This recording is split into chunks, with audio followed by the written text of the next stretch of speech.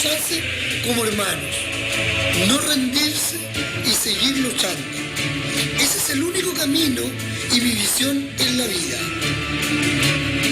El infierno me abrazó y la mano de Dios me trajo aquí a la superficie para contarles mi historia.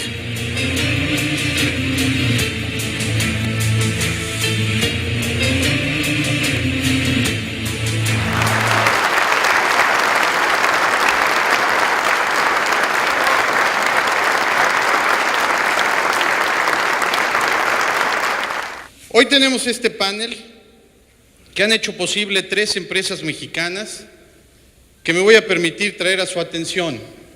En primer lugar, Encinales, una empresa 100% familiar de Zacatecas, con distribución de distintos tipos de anclajes y soportes de obras mineras en todo el país.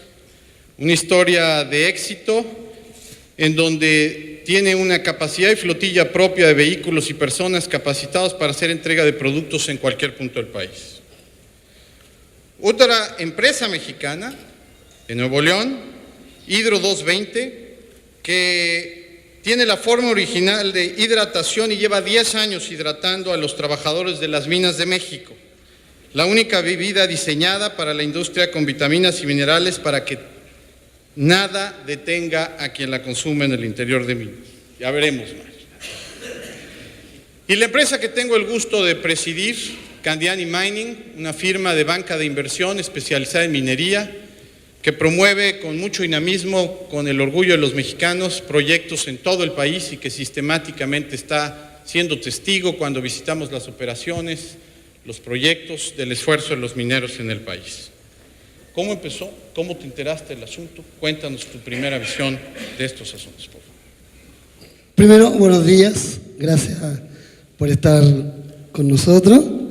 Bueno, ese día de esa gran tragedia, yo no tenía muchas ganas de ir a trabajar, porque nosotros ya teníamos un par de registros de que la mina no andaba en las mejores condiciones. Por lo tanto, yo ya era tiempo en que buscara la forma de irme a otro lugar y ya andaba haciendo las gestiones para irme a trabajar a otra empresa. Y para esos efectos, como yo ya 2 años, 10 meses trabajando en esa empresa y nunca había fallado, nunca había llegado atrasado, entonces por lógica dicen por ahí que el trabajador que se porta mal, el que llega atrasado y el que no va a trabajar, lo despiden. Entonces dije yo, esta es la hora para que me despidan. Y ese día yo llegué atrasado, sin la intención de ir a trabajar. Y bueno, aún llegando atrasado, no alcancé, igual tuve que meterme a trabajar. No fue posible. Pero me encontré con una sorpresa en el nivel 150, que después, en términos de niveles, don Andrés le va a explicar cómo se dividen los niveles, bueno, nosotros estamos hablando con una familia minera, pero nosotros trabajamos. En el nivel 150 estaba el equipo de mantención mecánica haciendo precisamente la mantención a mi equipo y me hacen una charla. Y ahí ya encontré todo raro, dije yo, qué raro que estos gallos me hagan una charla así, esta empresa no acostumbra a hacer eso. Y ya empezamos mal. Pero por otro lado, decía yo, aprovechando este don que Dios me dio de bueno para hablar, dije voy a atrasar un poquito y les voy a conversar un poquito más a los mecánicos para así yo hacer la hora y salir a almorzar. No fue posible. ¿Por qué no fue posible? Porque aún así, igual el jefe me mandó a trabajar porque yo, ni por lo más que alargué el tiempo, se me acercó la 1:30 de la tarde y me mandaron a el sector de trabajo, donde después de 5 minutos de trabajo empezaron unas explosiones y yo me puse contento, dije yo, aquí está la mía, o sea, voy a seguir y voy a ir a descansar, pensando en que se me habían pinchado las ruedas de la máquina. No fue así, eran las rocas que estaban haciendo explosivos, ruido muy molesto, y de repente miro al jefe y el jefe me hace señales con la lámpara y precisamente era para decirme que había un problema y que había que salir del sector. Bueno, yo como trabajador y obediente que soy, le tomé la mano al viejo porque el jefe era un poquito más gordo que yo, estábamos más rellenitos, y partimos corriendo hacia el lugar donde se encontraban todos mis otros compañeros, y ahí nos dimos cuenta de la tragedia esta que nos conllevó a estar juntos 69 días.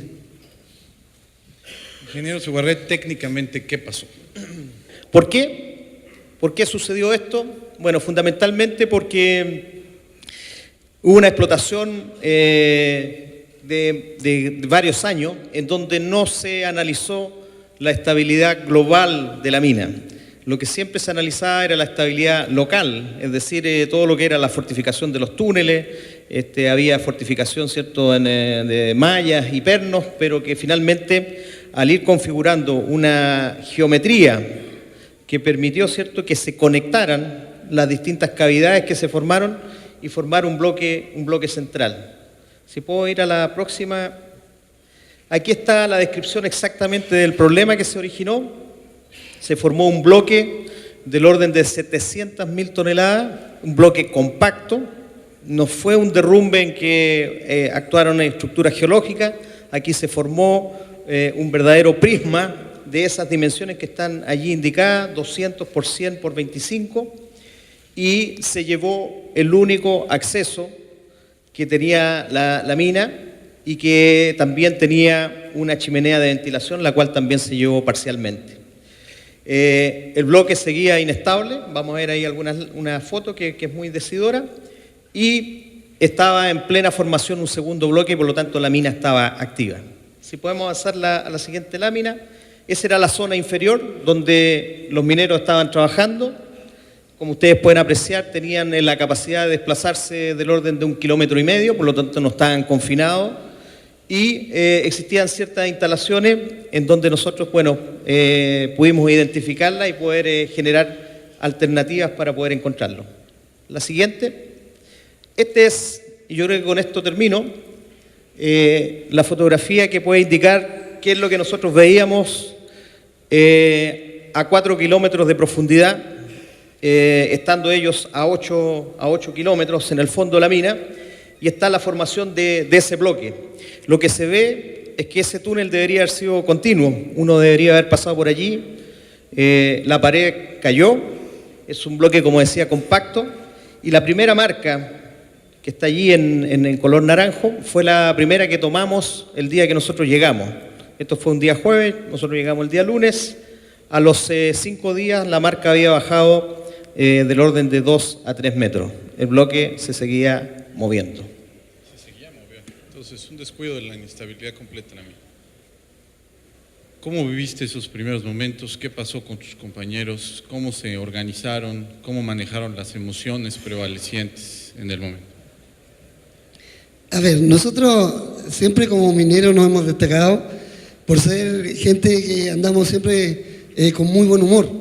Y a pesar de toda esta situación, después de habernos organizado, hicimos el primer conteo e hicimos nuestra primera lista para con ella organizarnos, y tomamos las decisiones de que de ese día en adelante todas las decisiones iban a ser democráticas para no tener problemas, y si nos equivocábamos todos, y si salíamos adelante todo, que era lo más justo.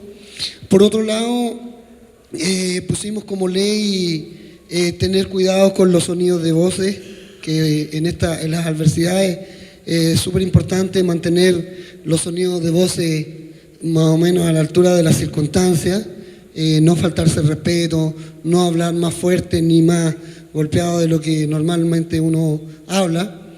Y esas fueron una de las primeras leyes, y empezó a funcionar ahí un equipo de trabajo.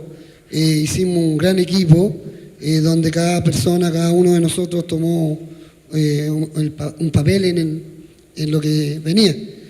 Pero lo más entretenido de todo, que para nosotros, a pesar que nosotros llegamos al lugar de los hechos, pero por el otro lado, se veía algo muy igual, pero el otro lado era más rocoso, tenía mucho más roca y todo.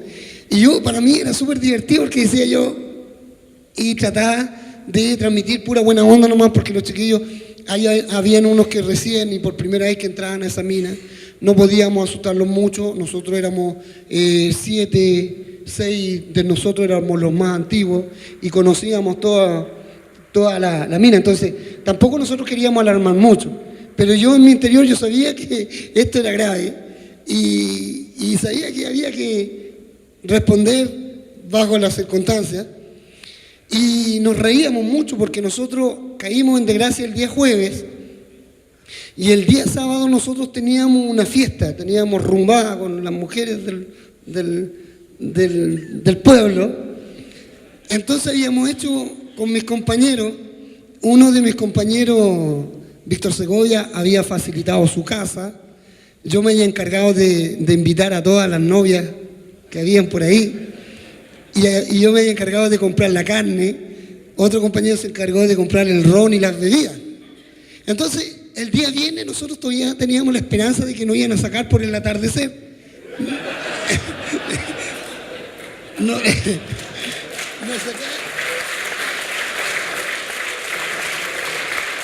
Siempre pensando con este corazón de minero nomás. Entonces decíamos, no te preocupes viejo, porque nos van a sacar por el atardecer, nos van a llevar a la mutual, nos van a hacer los exámenes y a las 1 de la mañana vamos a andar listos para empezar a bailar, pues, viejo. O sea, nunca nos quitamos ya el día sábado en la tarde, tipín 2 de la tarde, chuta poca esperanza. A las 8 de la noche, y dije, ¿saben chiquillos? Mira, nosotros teníamos muy buenos relojes, son las 10 de la noche, a esta hora ya nos los van a sacar, y lo más probable es que las mujeres terminen con nosotros por irresponsables. Así que vamos a dejar a estas mujeres viudas. Pero siempre ese ánimo, te prometo que nosotros siempre con ánimo, dándonos, había que seguir adelante, había que cooperar, porque nosotros no sabíamos cuál era la situación. Sí teníamos mucho temor de que la mina siguiera en actividad y al haber seguido en actividad era complicado para nosotros. Nosotros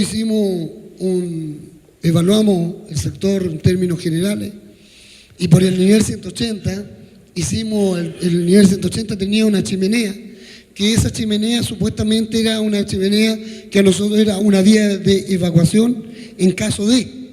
Y para ello, y para salir a hacer el recorrido principal, había que tomar la decisión y de quién tenía la valentía, por así decirlo, porque en esos momentos ya había que ser valiente para ir a hacer un recorrido a los niveles de arriba y ver cuál era la situación.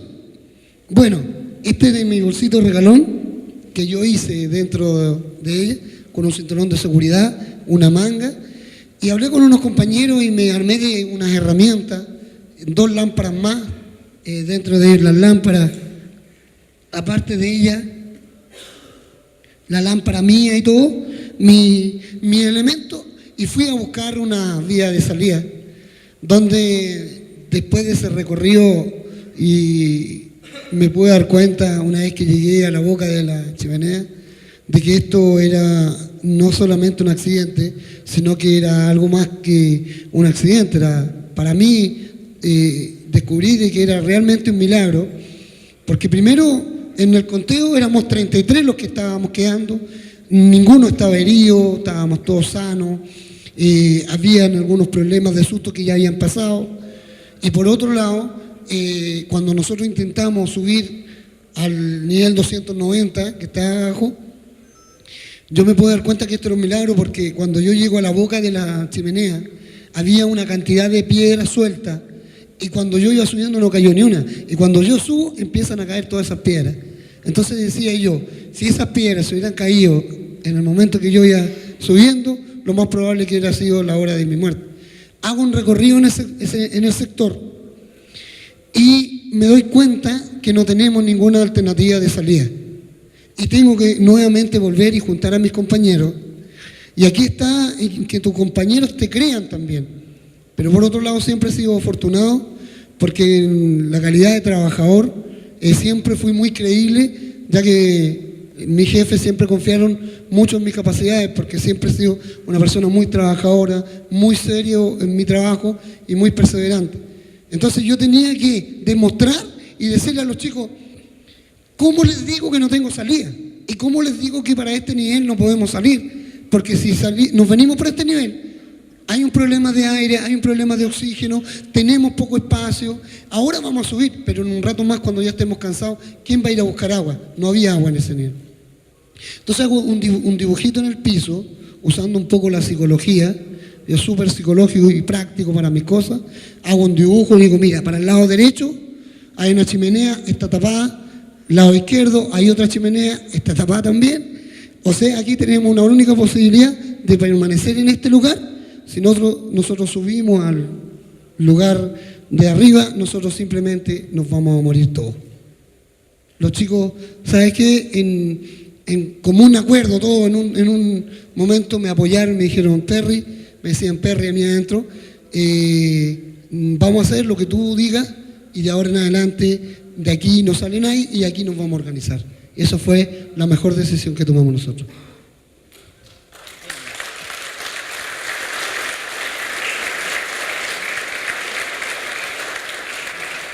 Un descuido general, la inestabilidad completa en la mina, nos has explicado, André, causa esto. Cuéntanos, tú estabas en superficie, en tu trabajo ordinario, de repente adviertes, seguramente por hechos noticiosos, en fin. ¿Cómo te involucras en el proceso de rescate y cómo vas diagnosticando el asunto? Quiero traer la atención de este auditorio, que el rescate involucró 35 empresas, 700 personas, y estamos frente a uno de los hombres que condujo ese esfuerzo. Es decir, ¿cómo se fue articulando el proceso de toma de decisión? Bueno, yo creo que como todos me informé por la prensa. Esto ocurrió un día jueves, el día viernes, normalmente en nuestras operaciones lo que hacemos siempre es hablar en cada una de nuestras reuniones de seguridad y apareció esta derrumbe y que había una buena cantidad de mineros que estaban atrapados. Pero yo trabajo al sur de Santiago, es decir, a 1000 kilómetros de donde está esta mina. En principio no le di mayor importancia y con el correr de los días, porque lo primero que se hizo fue a pedir ayuda a las minas que están en el entorno.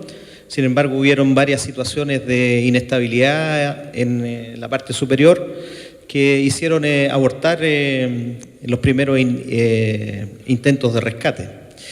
Bueno, el gobierno se involucró en esto y a través del Ministerio de Minería fue consultado Codelco si es que podía ayudar en este rescate, como también lo hizo al resto de las mineras que trabajan en el país. Y particularmente me llamaron a mí porque trabajo en el Teniente, que es una mina de tradición centenaria en materia de minería subterránea. Tenemos muchos mineros, brigadas de rescate, que están capacitados para lo que nosotros pensábamos, ayudar en un derrumbe, poder levantar un cerro que estuviera hundido. Pero nos encontramos con eso que ustedes ven ahí. En principio me dijeron que tenía que aparecer en Copiapó, sin embargo a poco andar me pidieron que me fuera al Palacio Presidencial. Yo el día lunes, en vez de ir a Copiapó, primero pasé, ¿cierto?, por La Moneda y tuve el primer contacto con el presidente de la República, que estaba bastante involucrado en lo que era esta tragedia en ciernes. Lo que él me dijo arriba del avión, cuando íbamos camino a Copiapó: tienes todos los recursos que necesites y la labor, ¿cierto?, es sacar a los mineros que están a 700 metros de profundidad. Eso fue el mandato y bueno, ahí empieza un poquito la responsabilidad de conducir. Lo primero que veo, como mostré en algunas fotos, mucha gente, muchos organismos, tanto civiles como militares, que estaban ahí a disposición, pero que no sabían exactamente qué hacer. Así que bueno, lo que hicimos nosotros fue ordenar y empezar a entender cómo era la mina, ¿ah? Y todos estos diagramas que he presentado en la práctica no estaban. Lo que habían eran planos que tenían un desorden que no nos permitía, ¿cierto?, hacernos una idea geométrica de cómo era la mina y dónde podían estar los mineros. Si podemos avanzar, la siguiente, por favor. La siguiente, la siguiente, la siguiente, la siguiente, la siguiente, Ahí, detengámonos aquí. Esto fue lo que planeamos en materia del rescate. Teníamos dos alternativas, sacarlos por el interior de la mina o sacarlos por superficie. Si es que lo hacíamos por el interior de la mina, teníamos la alternativa de entrar con un acceso existente, que era el que entramos originalmente, o crear un nuevo acceso. Ya sea un nuevo acceso que significaba, ¿cierto?, hacer un desarrollo vertical, lo que llamamos chimenea nosotros, o generar un bypass, ¿cierto?, a lo que era el derrumbe a través de un túnel nuevo que nosotros denominamos rampa. Bueno, eso a la semana nos dimos cuenta que era imposible hacerlo. Pudimos identificar claramente el bloque como estaba y a los 7 días, como digo, de llegado al lugar, decidimos cerrar la mina, no entrar más a la mina y jugarnos por entero por la posibilidad, ¿cierto?, de sacarlos por el exterior. Ahora, eso significaba, desde el punto de vista del tiempo que teníamos definido para poder encontrarlos con vida, aproximadamente 40 días. ¿No? ¿Por qué 40 días? Bueno, porque nosotros sabíamos, por un lado, que ellos tenían aire, condición obviamente necesaria para seguir sobreviviendo. Sabíamos que tenían agua. Había agua en estanques industriales que usaban para la perforación, pero que para estos casos de emergencia era posible tomar. Y un tercer elemento, que el lugar geométrico donde ellos estaba fuera de la zona donde era el derrumbe. Con esos tres elementos nos hicimos la pregunta: ¿cuánta resiste una persona sin alimentación, con aire y con agua? Bueno, la respuesta fueron 40 días aproximadamente. Eso era el tiempo que nosotros teníamos para poder encontrarlo. Cualquier acción de hacer un nuevo acceso, hacer un túnel en 8 kilómetros, era un año. Eso es lo que no hubiéramos demorar.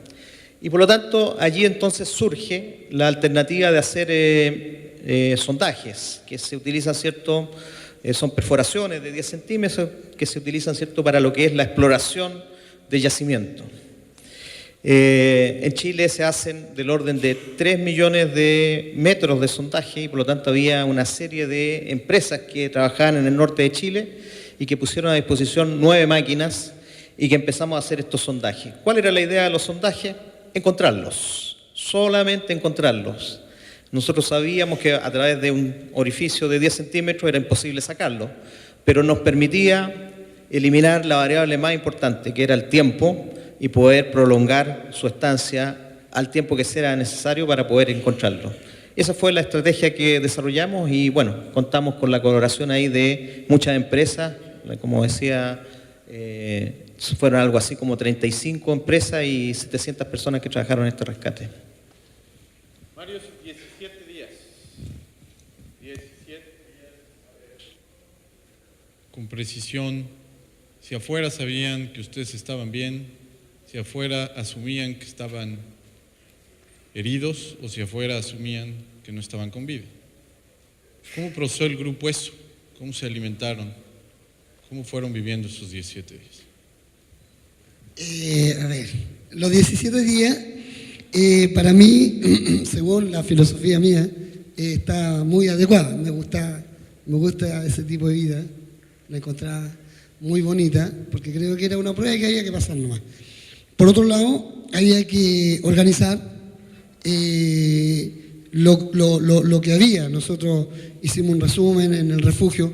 Se supone, como dice don Andrés, que en un refugio de una mina subterránea, la gente que trabaja en prevención tiene que tener un stock de alimentos en caso de, ojalá esos alimentos nunca se ocuparan, porque la verdad que no, si hacemos los trabajos como corresponden, no deberían ocuparse. En este caso, había prácticamente nada. Nosotros nos mantenimos con pura agua de unos estanques que se usaban para la maquinaria. De esa agua nosotros tomábamos todos los días harta agua en abundancia. Y lo poco que había de comida se repartía, por así decirlo, en los 33. Lo mejor de todo es que siempre tuvimos el ánimo de, daba la experiencia que otros compañeros hayan tenido. Había un compañero que había estado 11 días sin comer y por ese lado, ese compañero a nosotros nos da ánimo y decía, no se preocupen porque en 11 días ya no sientes hambre, lo más importante es tener agua.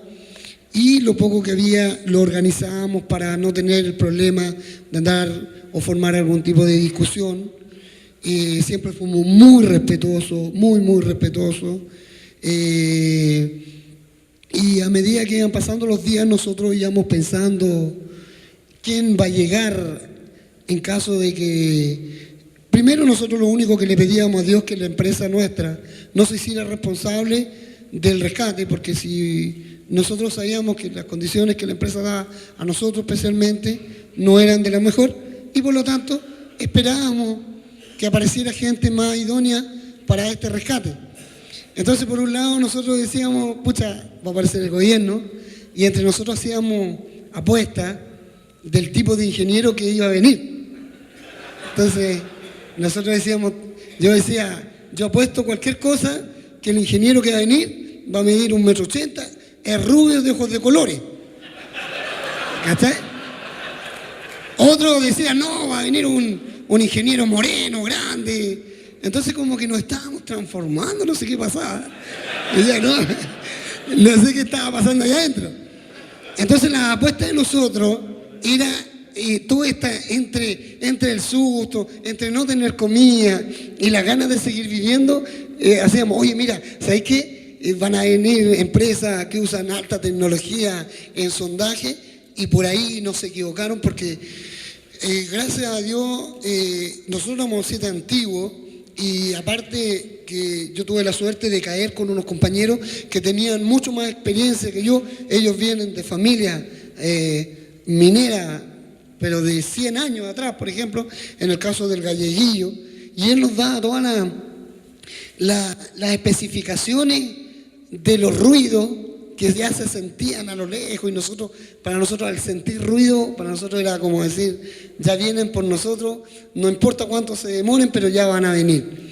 Y por ahí, cuando nosotros calculamos, cuando las máquinas se paraban, entonces nosotros decíamos, o están haciendo cambio de turno, o están almorzando, y por ahí nosotros echábamos a correr la imaginación para entretenernos.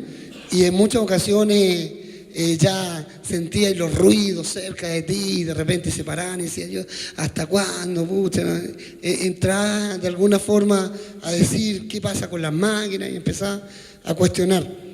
Pero creo que no nos equivocamos porque después que hubo la primera sonda que nos encontró, fue muy bonito, fue muy emocionante y ahí definitivamente salimos de dudas porque cuando nosotros tuvimos la primera conferencia, porque después nosotros nos pusimos al nivel de la tecnología, estábamos 8 segundos, había una diferencia de 8 segundos con las conferencias entre ingenieros y nosotros.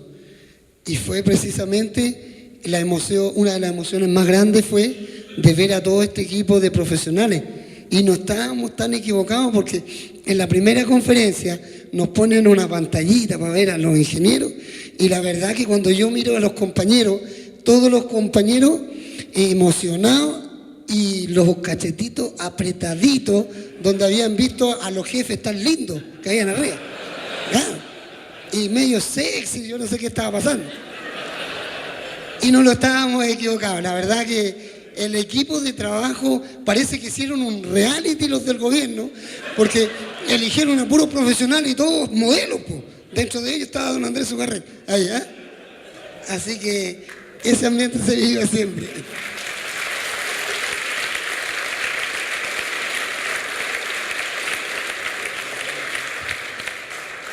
André, 17 días después de haber descartado la opción del rescate usando la infraestructura subterránea, se van al sondaje o a la barrenación, como le decimos en México, empiezan auténticamente, pero tú me contabas ayer en la noche que no necesariamente todos los planos estaban actualizados y a 700 metros, es decir, entiendo que 700 metros es la profundidad lineal, pero cualquier inclinación que tenga el barreno, pues se van haciendo más grandes los barrenos, el margen de error era enorme. Y hay una pequeña anécdota que nos contaba ayer Mario, donde decía que uno de los barrenos pasó prácticamente al lado de donde estaban 30 centímetros y fallaron en ese momento. ¿Cuánto en el dato que el mundo conoce de esos 8.200 metros de barrenación que tuvo el proceso de rescate en general? ¿Qué componente fue una barrenación previa a llegar finalmente a poder comunicar con el área de supervivencia? Sí, si podemos volver atrás en la presentación, ahí puedo dar más indicaciones. Bueno, teníamos 9 máquinas trabajando más atrás, por favor, más atrás. Atrás, más, ahí. No se nota mucho, pero quiero indicar nada más, el diagrama parte el día 5, que fue el día del derrumbe, el día jueves, y colocamos, ¿cierto?, 9 máquinas a trabajar en forma simultánea.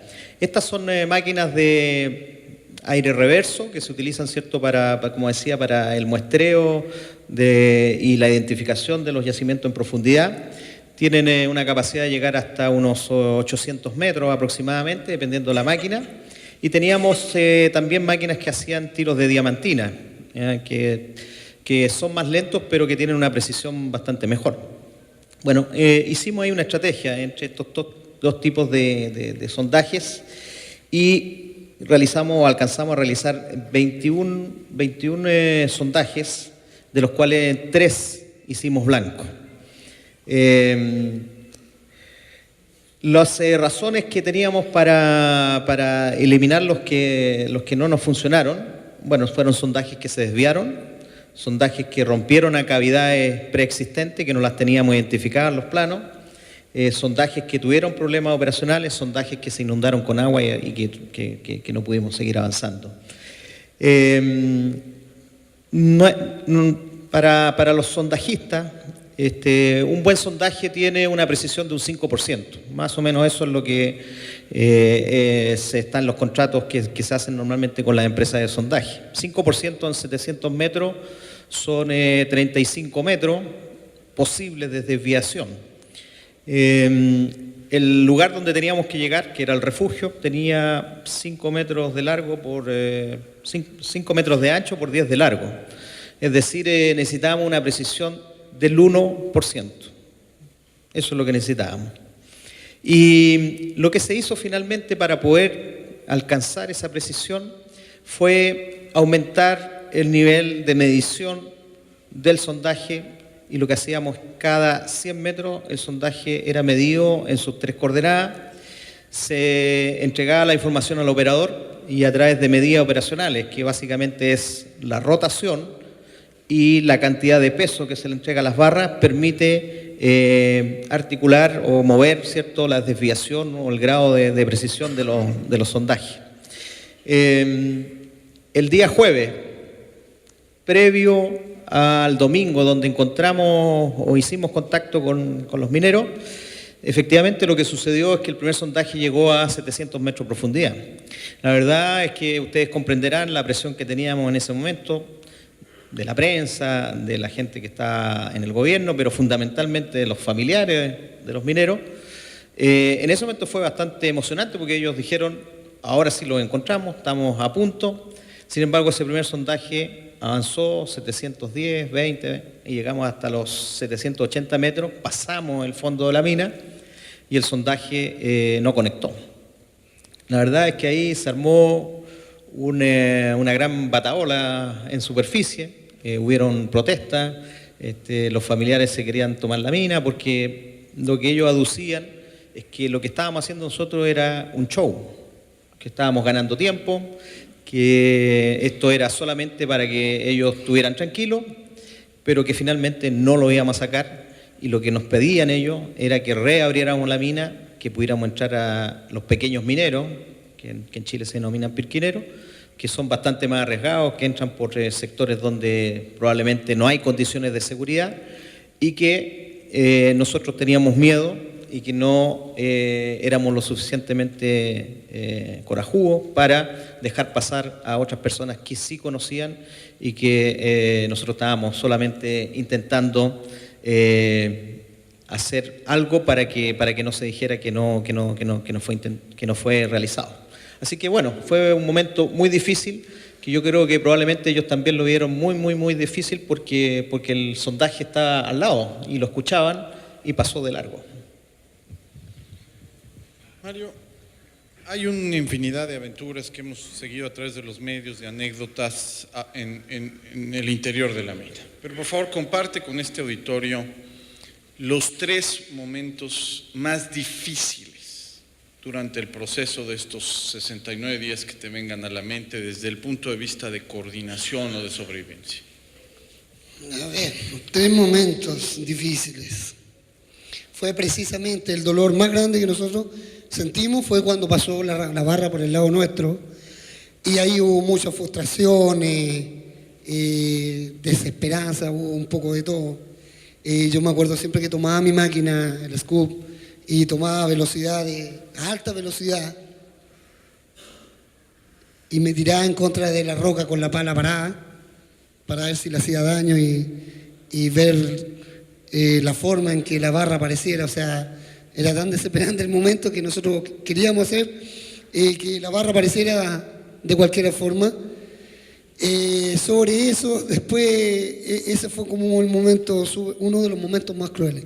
El sonido y que pasaba y pasaba, y nosotros sentíamos a segundo la barra que rozaba en la roca y el sonido del fierro, y era pero muy traumante la situación esa. Eso fue uno de los más crueles. Lo otro cruel fue el momento en que nosotros sabíamos que ya no quedaba más, no teníamos comida, y que iba a llegar el momento en que íbamos a esperar el sueño eterno nomás. Siempre se esperó, en lo personal, yo siempre esperé el sueño eterno, siempre pidiéndole a Dios que abriera los brazos y me tendiera y me tomara de su mano para irme con Él. Siempre pensé yo en eso. Y cruel para mí, lo personal, era que mi vida llegara hasta ahí nomás, y tenía unos hijos maravillosos. Francisco Edgardo tenía 13 años, yo a la edad de 13 años quedé solo en la vida, la tuve que enfrentar en la calle. Mi madre fue la calle, la frazada fueron, la cabecera fueron las piedras, y debajo de los puentes de varios países, de varios puentes de Chile, yo hice de noche para poder seguir adelante. Entonces yo daba vuelta y retrocedía y decía yo, Dios mío, dame un poco más de vida, por último, dame esta posibilidad de seguir viviendo para poder criar y educar bien a mis hijos, que era lo único que le pedía. Y por otro lado era cómo convencer a los niños o a los compañeros más jóvenes, que también fue crítico, pero también te contaba que en ese aspecto fue crítico ver a compañeros en su momento muy caídos, pero nosotros teníamos las condiciones como para mandar al mejor amigo de nuestro compañero a tirarlo para arriba, porque creo que esa es una de las grandes virtudes que nosotros tuvimos allá adentro. Nunca nos desgastamos en andar todos atrás de un compañero cuando se descontrolaba, sino que siempre mandamos o enviamos a su mejor amigo para hablar con él y hacerlo volver a la realidad. Y eso fueron como los momentos más crueles. Los demás era esperar y confiar en el gran profesionalismo que Chile tiene. Nosotros, sabes que siempre supimos, porque Chile, como dice Andrés, está dividido en minería alta, mediana y baja, y nosotros tenemos la suerte de que la mayoría de nosotros hemos estado en la gran minería chilena. Yo tuve el gran honor de empezar en la mina El Teniente, en Rancagua, donde él trabaja, con mi suegro, y tuve el honor de andar en proyectos bastante interesantes, como en el caso de Candelaria, donde por acá también he encontrado gente, expositores que le proveen de herramientas, digamos, a esas mineras tan grandes.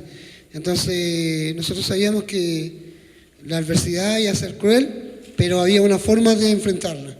con humor, mucho humor, y con mucho optimismo y ser leal entre nosotros.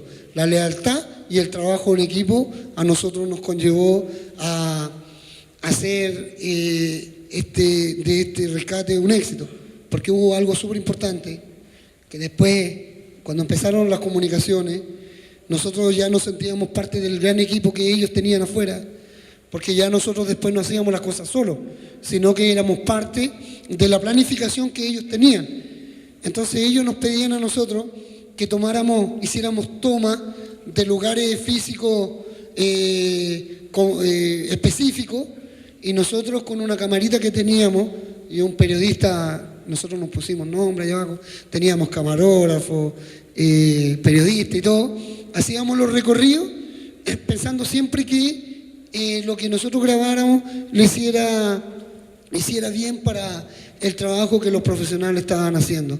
Y yo creo que eso fue una de las cosas más maravillosas que hicimos, trabajar en equipo, de que aquí en esto no hubo diferencia política, ni diferencia religiosa, ni ningún tipo de diferencia.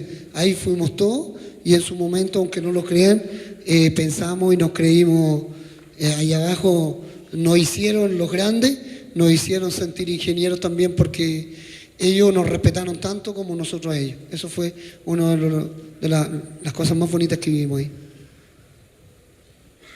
Don Andrés, ¿cómo se vivió la decisión de la cápsula en un contexto donde había presión de las familias en superficie, del Gobierno Nacional de la República de Chile y de una pequeña cobertura mediática de algo así como 4.000 periodistas siguiendo el asunto? Bueno, una vez que nosotros encontramos a los mineros y encontramos ese papel que está ahí indicado, la verdad es que empezamos a trabajar muy tranquilo. O sea, nosotros sabíamos ya que ellos estaban con vida, hicimos todas las gestiones para poder entregarle alimentación, se le proveyeron también servicio médico. La verdad es que ellos tenían un médico de cabecera todos los días, y por lo tanto ellos estaban bien. Lo más importante, que para nosotros era más que el tiempo, dejó de ser importante en ese momento, era que los mineros estuvieran bien, que sus familias estuvieran bien. Por eso implementamos un sistema de comunicación, no solamente para coordinar actividades, sino que también para una cosa muy importante. Nosotros necesitábamos mantener, ¿cierto?, la cabeza de ellos y de su familia en dirección al rescate. Sabíamos que era largo. Nuestros primeros anuncios fueron que lo sacábamos antes de Navidad, es decir, 4 meses aproximadamente. Así que lo que nosotros hicimos fue trabajar tranquilo, independiente de las presiones que teníamos, que había de todo tipo. Lo fundamental era hacer las cosas bien. Y por eso, bueno, cuando ya llegó el momento de sacarlos, nosotros terminamos de hacer el túnel, la chimenea, ¿cierto?, para poder sacarlo el día 9 de octubre, es decir, 4 días antes de que el rescate hubiera comenzado. Había toda suerte de especulación, de que esto tenía que salir ya rápido, en fin. Pero bueno, nosotros tomamos todo el tiempo necesario para hacer que las cosas salieran bien. Se hicieron refuerzos, ¿cierto?, en la zona superior del túnel. Necesitábamos, ¿cierto?, asegurar de que no hubieran derrumbes, que no hubieran caídas de piedra, y adicionalmente hacer las pruebas con la cápsula. La cápsula era de 4 metros de largo, 24 pulgadas de diámetro, y el orificio que hicimos fue del orden de 26 pulgadas. Por lo tanto, había ahí un cierto juego y en que teníamos que probar que la cápsula no quedara atrapada. O sea, ustedes se imaginan que en el momento que lo estábamos sacando no pudiéramos, ¿cierto?, sacar a los mineros. Bueno, en eso nosotros pensamos en muchas de las cosas que nos podían suceder. Para eso teníamos alternativas, teníamos 3 cápsulas que tenían distinto tamaño. Las mismas cápsulas, cada una de ellas podía dividirse en 2, si es que quedaban atrapadas, podíamos sacar a los mineros sin mayores problemas. En fin, y hicimos, ¿cierto?, 3 días antes pruebas con la cápsula llegando hasta el fondo. Ellos no sabían porque lo hicimos en una madrugada, en fin, ni nadie supo arriba, porque ese era el seguro que yo tenía para saber que efectivamente el rescate iba a ser exitoso. Así que la verdad es que por mucha presión que hubo, por muchas cámaras, por muchos micrófonos que hubieron, nuestra convicción de que sacar a los mineros bien y sin tener ningún problema fue nuestro norte y la verdad que el resto lo dejamos pasar nomás. Mario, comentabas en alguna conversación que tuvimos tú y yo que cada minero tenía, ya una vez que se instituyó este sistema de comunicación y de video, la oportunidad de platicar con sus familias, 8 minutos cada minero, y por ahí hubo un minero que dividió el tiempo en 2.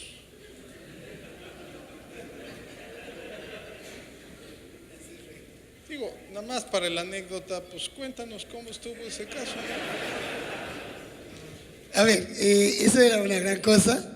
Nosotros después ya empezamos a tener comunicaciones y el día domingo era el día, sábado y domingo era el día de las comunicaciones con la familia, donde increíblemente yo la verdad que no me bañaba allá adentro porque había poca agua, pero el día domingo yo me bañaba y me afeitaba para que me vieran bonitos los niños y era entretenido porque era como el deber del día domingo echarse una buena encachadita porque vaya a ver a tu viejita, qué sé yo. Pero mi compadre, el chico Johnny, el que se hizo famoso por las 2 mujeres, él se echaba una bañada, el día viernes empezaba a prepararse porque tenía 2 compromisos. Y era divertido porque ellos le decían, chicos, son 4 minutos nomás, viejo.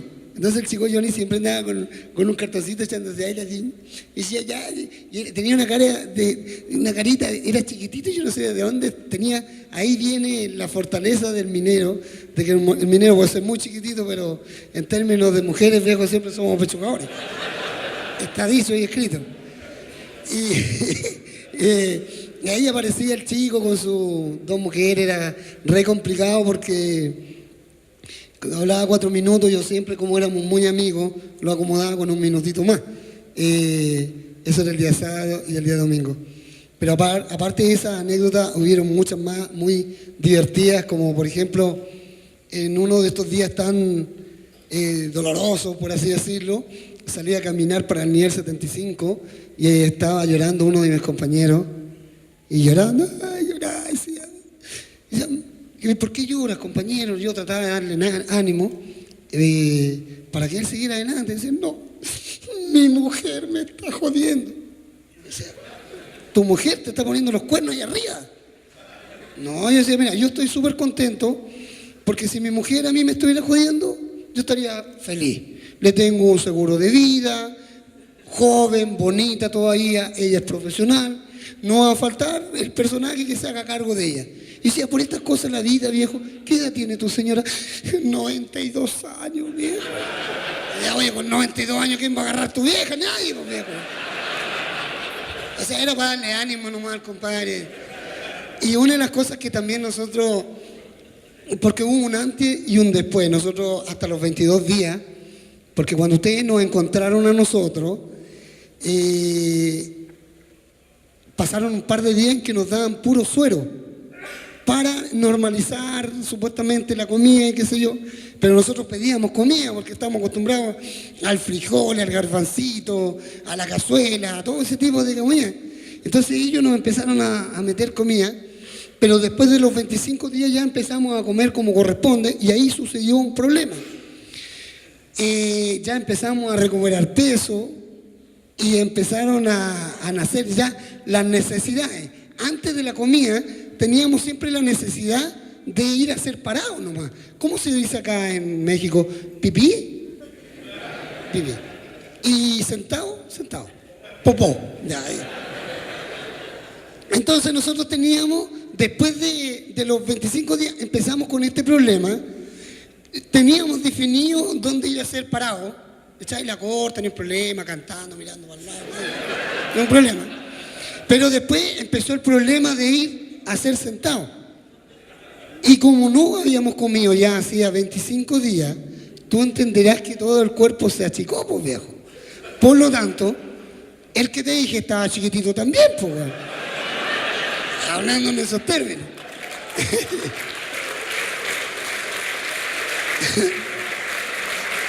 Entonces ahí empezaron los primeros problemas de medicina versus minero, porque decían, ¿qué les damos a estos compadres para que se suelten un poquito? Y ahí empezaron a mandarnos vaselina, suero. Compadre, de repente iba a ir para allá, para el fondo de la mina, y había atrás de una roca un compadre. ¿Y qué está pasando, viejo? Y de repente un compañero con una botella ahí, compadre, haciendo cualquier cosa para hacerle explosión a esa roquita que le estaba tapando al orificio. Esa fue una de las anécdotas que nos hizo reír mucho, y después de como a los 30 días empezamos a normalizar el sistema. Ahora, el rescate, yo aquí le tengo un reclamo a las grandes autoridades, a los grandes ingenieros, y siempre me pregunté, viejo, y don Andrés Sugarré, delante de todos los compatriotas mexicanos, y me pregunto yo, ¿por qué no nos mandaron una muñeca inflable, compadre? Esa es la pregunta que siempre nos hace.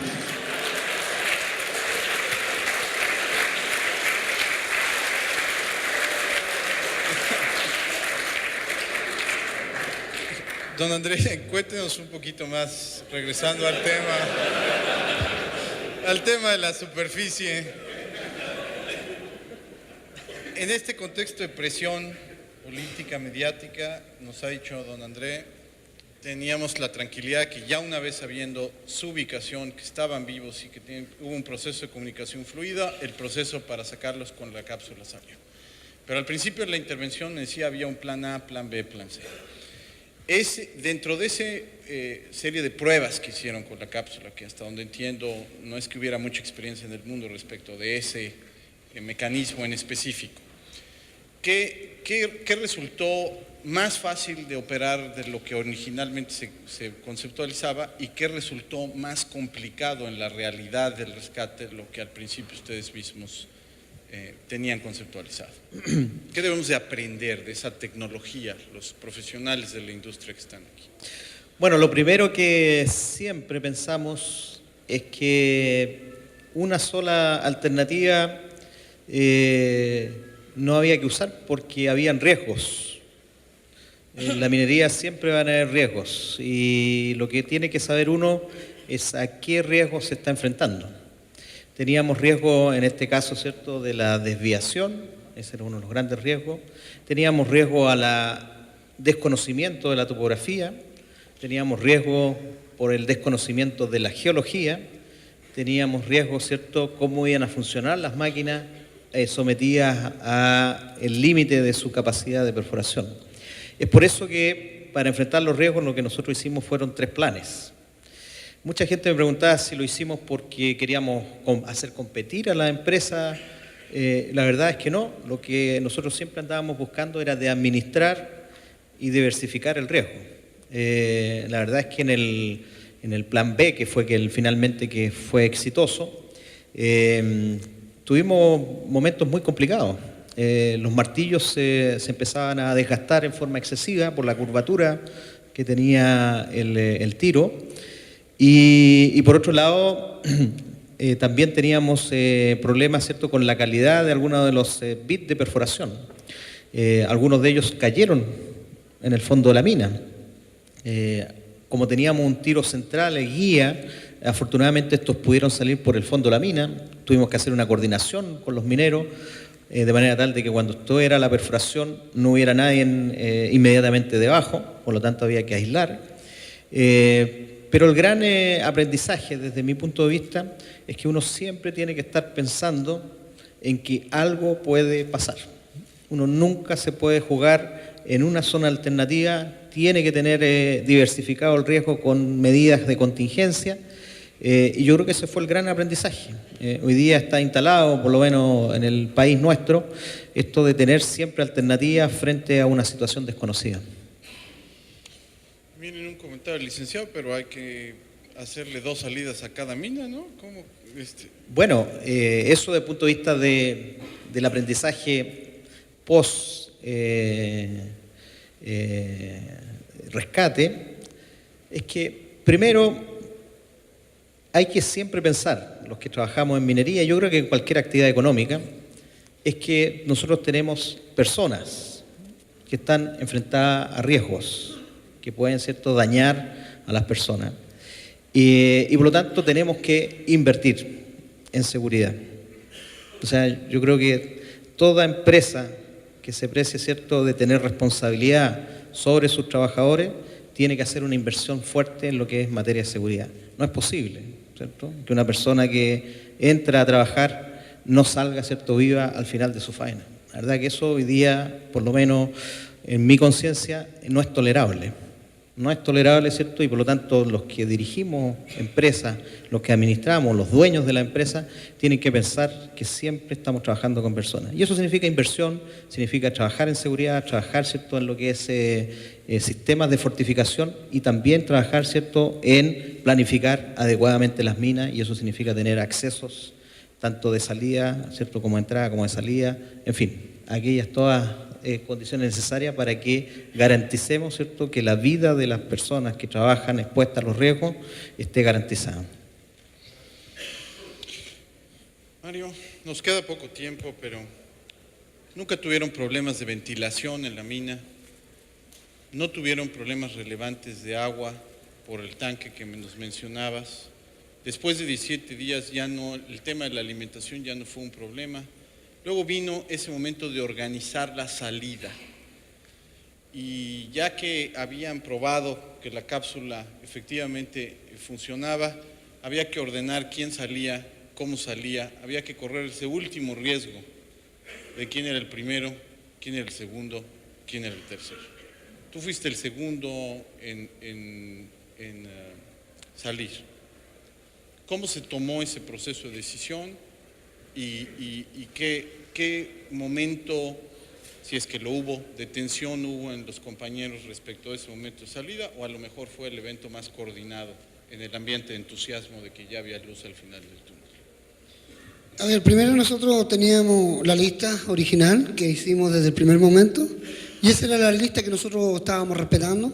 Inclusive nosotros hablábamos con los encargados de ellos, pero ellos tenían su planificación, y cuando nos dieron a saber el orden, no quedó nada más, y lo que mejor sabíamos hacer era acatar las órdenes y ponernos a la orden del orden que ellos nos estaban dando, según lo que ellos, por un tema de medicina. Para complementar, la verdad que la decisión de cómo salían fue nuestra, y que tenía que ver con un orden en términos de rescate. Siempre salen los más fuertes al principio, ¿cierto?, para demostrarles a los más débiles que van en el medio, y al final, ¿cierto?, dejamos también a gente que estaba a cargo de la operación minera.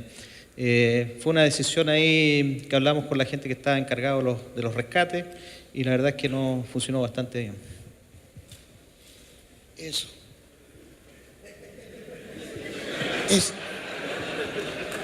Muy bien, hablemos de los costos. Costó $20 millones el rescate, financiado por el gobierno de la República de Chile.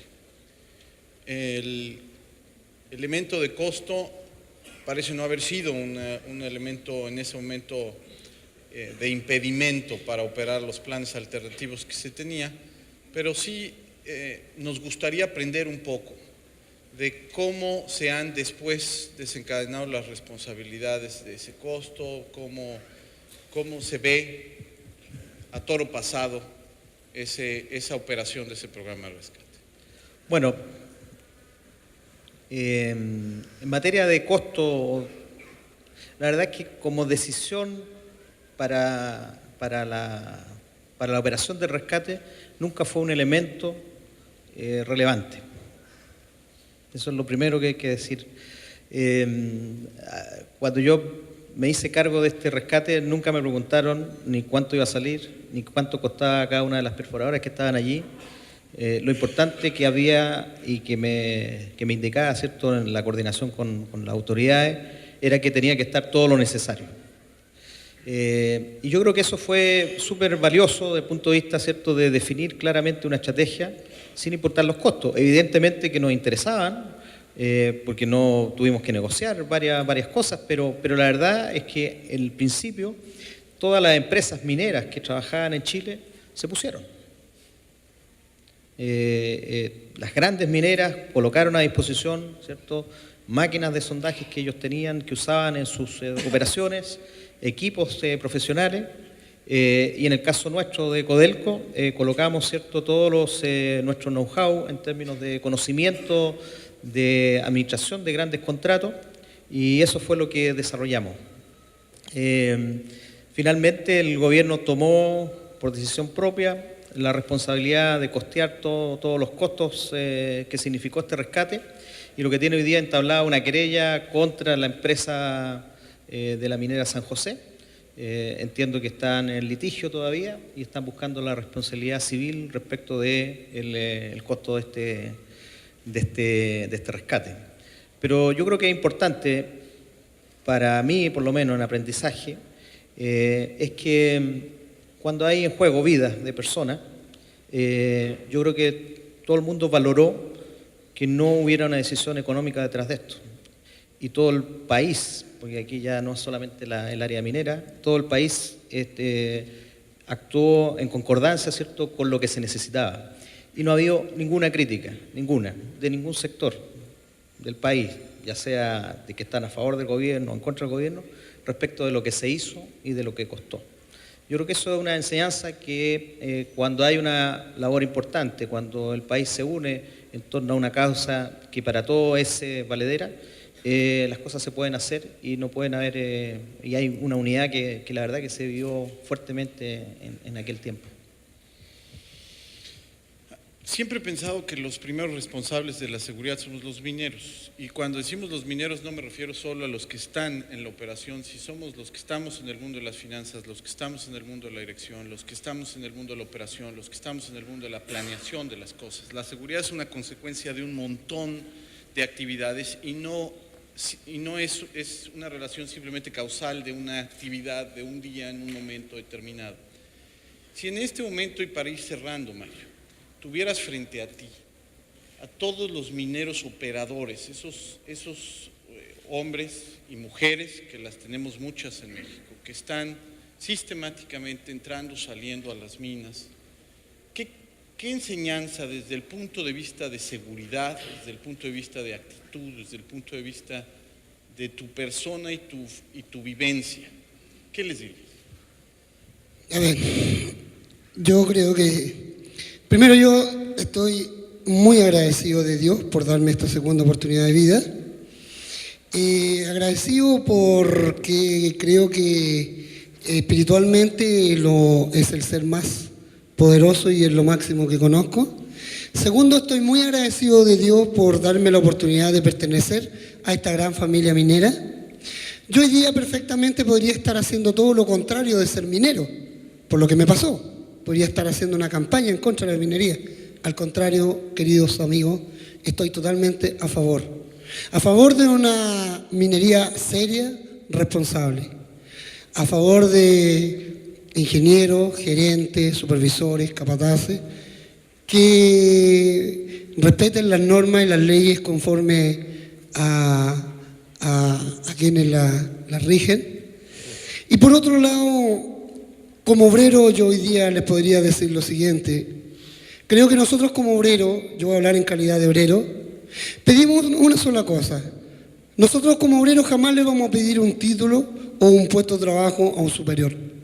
Nosotros como obreros siempre pedimos cosas básicas como, por ejemplo, el respeto del supervisor o el superior hacia nosotros. Saber que el jefe tiene interés en saber cómo estás tú como persona, cómo quedó tu familia en tu hogar, cómo está tu hijo o cómo está la futura educación de tus hijos. Yo creo que nosotros como obreros, como mineros, eso es lo único que nosotros les pedimos a nuestros superiores. A los grandes empresarios, a los grandes dueños de empresas, les pedimos algo simple: invertir en seguridad, llámese tanto en términos materiales como en lo personal.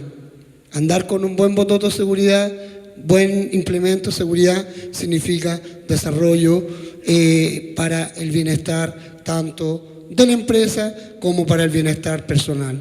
Estoy muy agradecido una vez más de México. Esta es la segunda o tercera vez que ya vengo, porque anoche tuve el gran honor de conocer a esta gran familia Sandoval y que tuve el honor de compartir un rato con ellos, donde eso es lo que nosotros queremos como ser humano, de poder amar al prójimo para respetarlo y saludarlo no importa dónde, en Chile, Alemania, Grecia, Francia, México, saludarnos y poder, para cada vez que nosotros nos encontremos, saludarnos como esta gran familia minera que somos.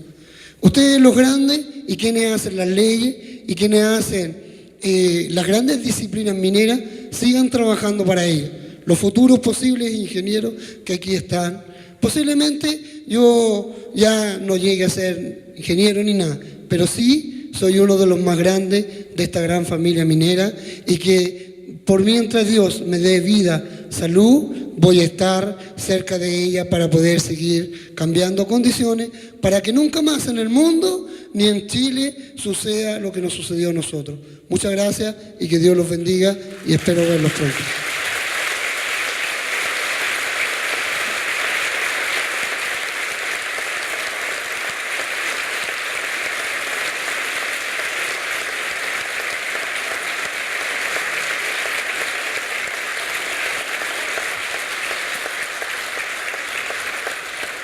André, como último comentario en esta mañana, decíamos al principio del panel que cada evento en la minería cuando se está desarrollando tiene su propia circunstancia y su propio diseño.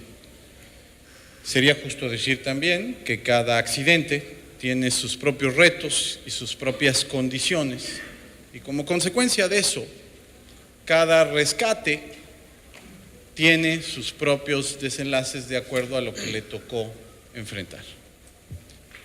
Que desde la perspectiva de un técnico profesional claramente nos ha compartido el reto que fue 35 empresas, 700 personas trabajando en un proyecto. ¿Qué enseñanza debe de tener ese directivo, ese gerente, ese operador, toda la comunidad minera de cualquier país y qué no debería de hacer respecto de comparaciones que pudiera tener la tentación de caer con este rescate? Bueno, yo creo que lo más importante es que en la vida he aprendido yo que para hacer grandes cosas no se necesitan superhéroes, ni superingenieros, ni super no sé qué. Solamente la convicción de que se puede hacer. Y el compromiso de que todos los que están alrededor sobre una causa en la cual todo se comparte, es posible alcanzar grandes metas. La verdad que nosotros pudimos doblarle la mano al destino. Todo el mundo decía que los mineros estaban muertos y que era inoficioso seguir intentando poder sacarlo. Yo creo que se puede. Y la verdad es que hay que tener convencimiento de que se puede, que habían condiciones, y ese era nuestro norte. Por lo tanto, yo creo que cada vez que uno se propone algo en la vida, tiene que motivar y hacer que los intereses muchas veces personales, que no están develados muchas veces, se dejen de lado y se vayan en una causa común. Aquí valía la pena ver hoy día, como veo a Mario conversando con nosotros, ver a su familia, ver a sus hijos, cómo crecen y poder desarrollarse. Creo que todos los que estuvimos ahí en el rescate queríamos eso y por eso funcionó. Ahora, si esto va a volver a ocurrir o no va a volver a ocurrir, bueno, depende de la conciencia que podamos hacer.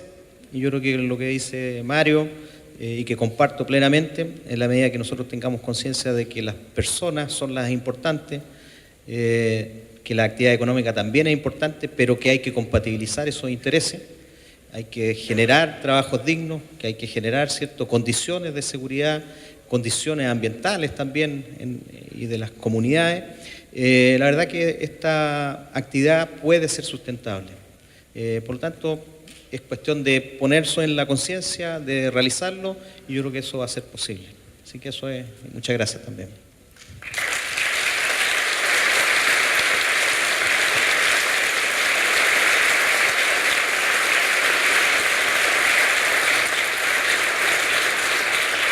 Pues amigos, hemos tenido un panel de lujo.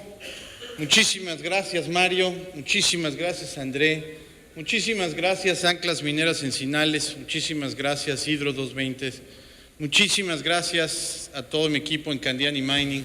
Y gracias a ustedes por seguir esta conferencia, por dedicar tiempo a escuchar y por llevarnos este mensaje.